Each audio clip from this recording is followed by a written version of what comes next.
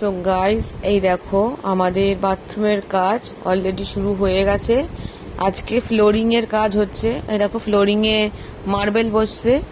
মার্বেলের কাজটা হয়ে গেলেই ব্যাস টাইলস লাগানো শুরু, কোমোড বেসিন থেকে শুরু করে বাকি কাজগুলো আশা করি এটা কালকের মধ্যে এই বাথরুমটা পুরো হয়ে যাবে, তারপরে পুরো দেখাতে পারবো। তার আগে দেখিয়ে দিই, এই দেখো আমাদের 2 নম্বর রুমের কি অবস্থা।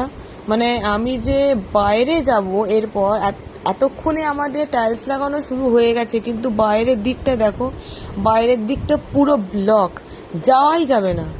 মানে আমাদের বাথরুমের দিকে রাস্তাটা পুরো ব্লক, যতক্ষণ না পুরো হচ্ছে কিচ্ছু রেকর্ড করতে পারবো না। সো এই দিকটা দেখালাম। দেখো আমাদের এই দিকের টাইলস লাগানো পুরো কমপ্লিট। আরও 2-3 ঘন্টার পর বোধহয় এই ঘরটা পুরো কমপ্লিট হয়ে যাবে। ওই দেখো কি অবস্থা, ওইটুকু জায়গা যা তা মানে যা তা। এই ঘর বাড়ি রেনোভেট করলেই না এই হচ্ছে ঝামেলা। এইটা আগের ভিডিওটা দেখাচ্ছি, এইটা আর আমার প্রথম ভিডিওটা আগে পিছে হয়ে গেছে। সো প্লিজ একটু অ্যাডজাস্ট করে নিও। দেখো গাইস কি অবস্থা। আর আমার এই মোটা কিছুতেই আমাকে কাজ করতে দেয় না।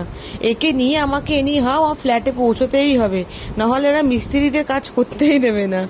গাইস তৈরি থাকো, খুব তাড়াতাড়ি আমি আরও একটা নতুন ব্লগ নিয়ে আসছি, পুরো ক্লিয়ার করে আনবো যতক্ষণ না আমাদের বাড়ির কোনো কাজ ভালোভাবে যতক্ষণ না কমপ্লিট হচ্ছে।